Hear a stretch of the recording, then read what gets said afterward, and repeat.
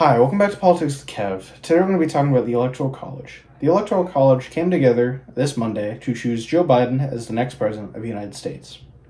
Now, you might be thinking that happened back in November with the election. And if you think that, then you're wrong. Because we have the system known as the Electoral College. It is a group of 538 people who come together to vote for who the next president is going to be. And they represent each of the 50 states. So the amount of people you get in the Electoral College depends on how many people you have in Congress as a state. So let's say you're Massachusetts, okay? You get 11 electors of those 538 because you have 11 people in Congress, 2 senators and 9 representatives. Every state must have at least 3 people in Congress and therefore must have at least 3 electors. This leads to some pretty weird situations. Let's say, for example, let's take California and Wyoming. California has 40 million people living in it, and it gets 55 electors. Wyoming has 500,000 people living in it, and it gets 3. That is not near proportional. Wyoming has a lot more voting power for the amount of people it has compared to California.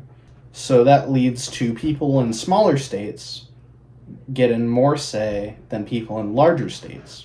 It was created by the founders in the Constitution, but why did they choose it that way? Why didn't they just make it popular vote? It's because the South would not have agreed to it, because they had a smaller voting population, because it had such a large slave population.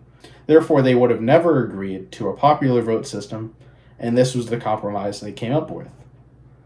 And it doesn't work for today. It's just not adapted today. It hasn't evolved with the times, simply to put it most simply. They're here. They've come for me. Oh, no. How dare you say the Electoral College is No. How dare you? It's MAGA Man. No. I've barely survived my brutal assault at the hands of MAGA Man 1776_ Stop the Steal. Back to you in the studio.